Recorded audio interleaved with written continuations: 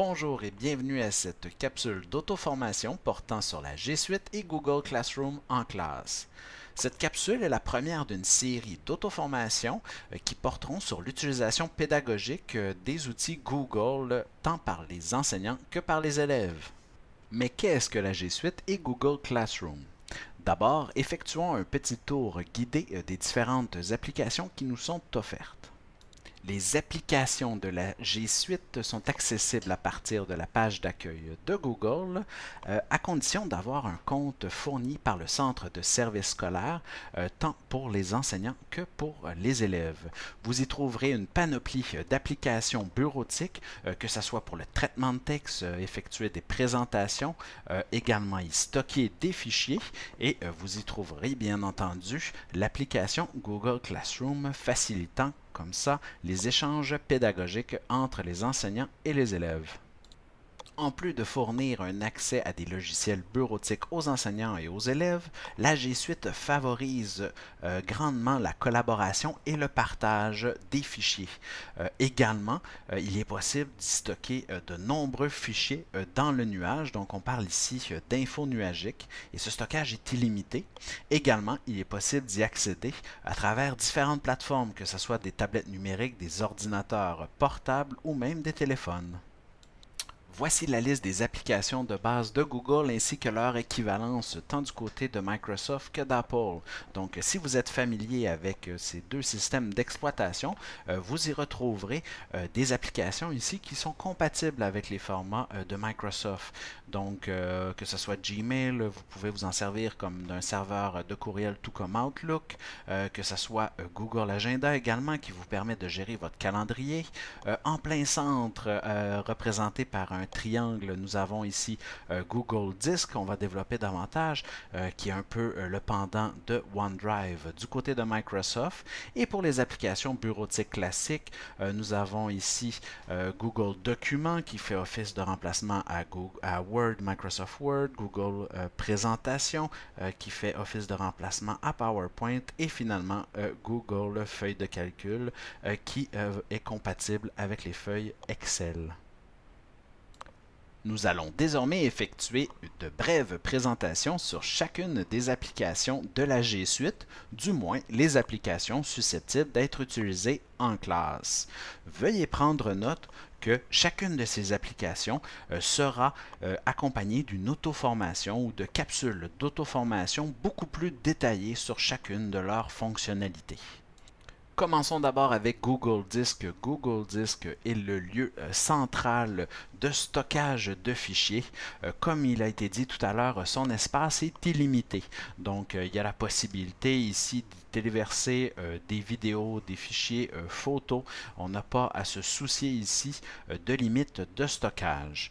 Également, l'accès à ces fichiers qu'on y dépose dans notre Google Disk, l'accès est facilité parce qu'on peut y accéder tout dépend de la plateforme qu'on utilise, donc on peut y accéder à partir de notre tablette, que ce soit à la maison ou en classe.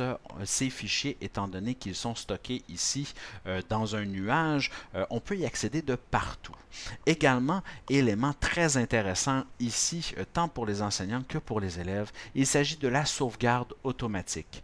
Étant donné que les fichiers ici sont enregistrés en temps réel sur un serveur, ici, il n'y a pas de possibilité de perdre le fichier en tant que tel, donc on n'a plus à se soucier de où on a enregistré, et si toutefois il y arrivait un pépin technique, pas de souci, les fichiers sont bel et bien sauvegardés de manière automatique. On va pouvoir les retrouver très facilement.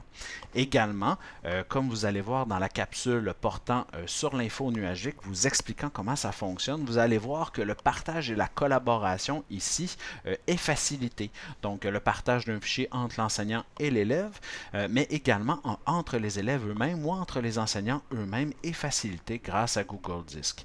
Et finalement, comme il a été dit tout à l'heure, ces fichiers, on peut les synchroniser d'un appareil à l'autre, donc on peut y accéder à partir de tous nos ordinateurs ou appareils numériques.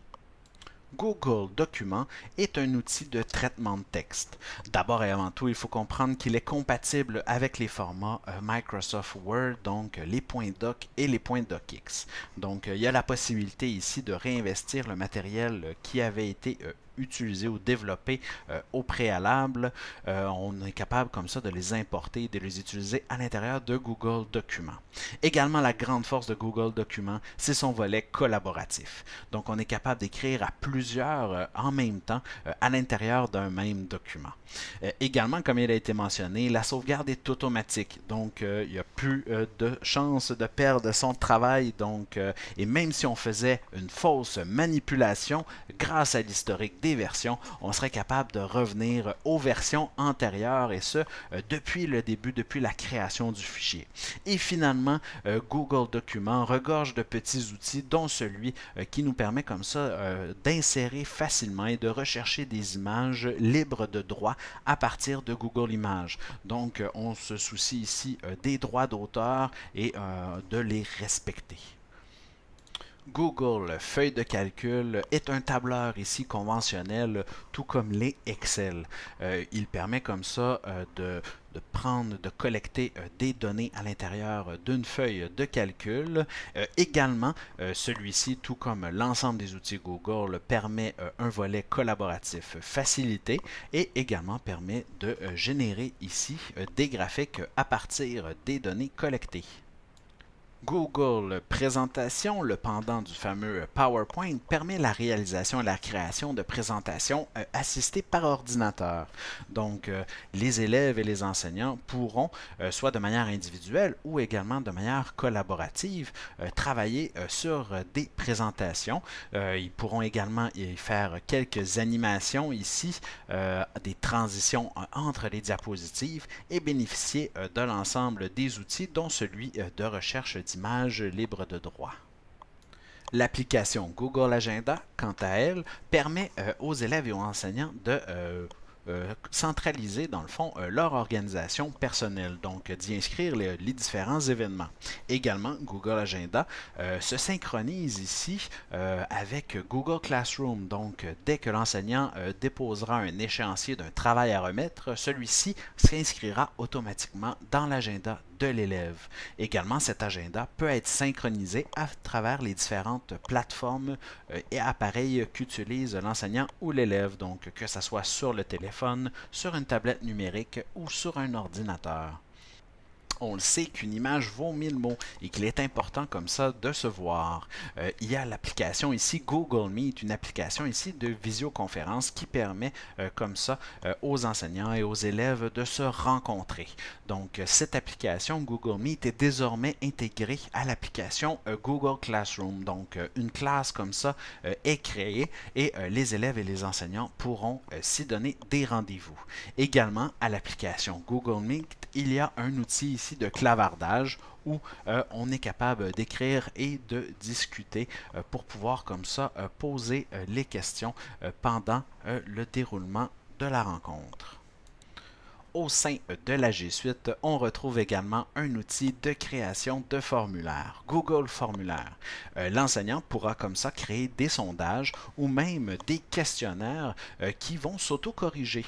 Donc, pour ce qui est des choix de réponses ou des réponses courtes, il y a un outil comme ça d'autocorrection où une partie de la correction sera effectuée à partir du formulaire. N'ayez crainte, vous pourrez vérifier donc les réponses que l'élève aura et l'enseignant pourra effectuer comme ça sa correction. Également, l'enseignant peut définir ici des rétroactions ici automatisées qui donnent comme ça des informations à l'élève sur comment corriger sa réponse ou trouver l'information ou même des compléments d'information permettant d'aller un petit peu plus loin dans la matière. Également, toutes les données ici corrigées à partir de Google Formulaire vont être représentées dans un format ici graphique.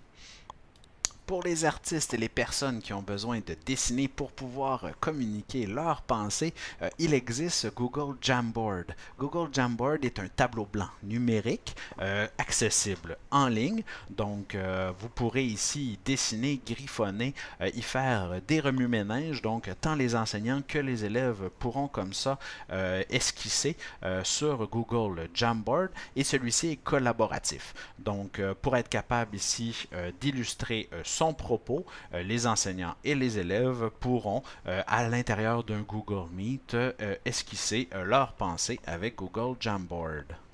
Finalement, si vous voulez avoir un pied à terre sur l'Internet, il vous est possible de construire votre site web à partir de Google Sites. Vous pourriez comme ça y publier, les élèves pourront y publier le résultat de leur recherche ou peut-être les fruits de leur travail et vous allez voir l'élaboration du site web est grandement facilitée par l'outil Google Sites.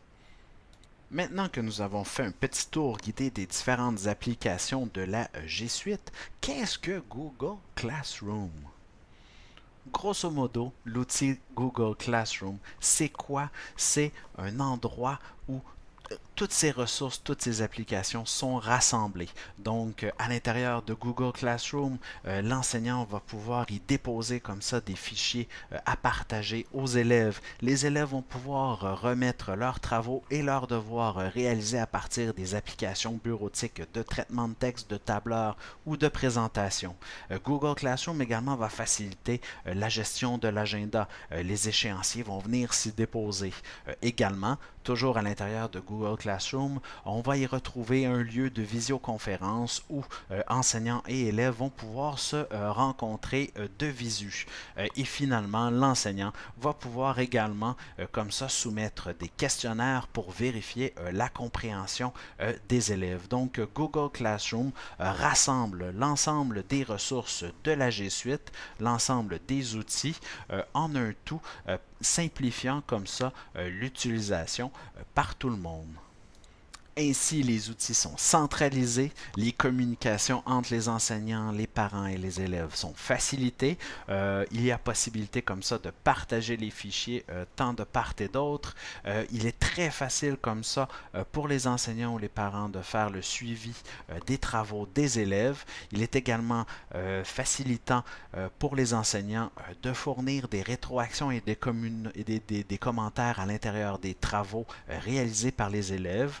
Les évaluations comme ça sont consignées et peuvent être comme ça enregistrées à l'intérieur de Google Classroom et il y a possibilité comme ça de réaliser des visioconférences. Bref, Google Classroom permet une simplicité d'utilisation de ces outils pour les élèves et les enseignants. Je vous invite donc à visionner toutes les autres capsules. Vous verrez que certaines s'adressent plus spécifiquement aux enseignants, d'autres aux élèves. Dans tous les cas, ces capsules d'auto-formation vous permettront une utilisation optimale des outils et vous comprendrez mieux le fonctionnement des applications de la G Suite et de Google Classroom. Bon visionnement!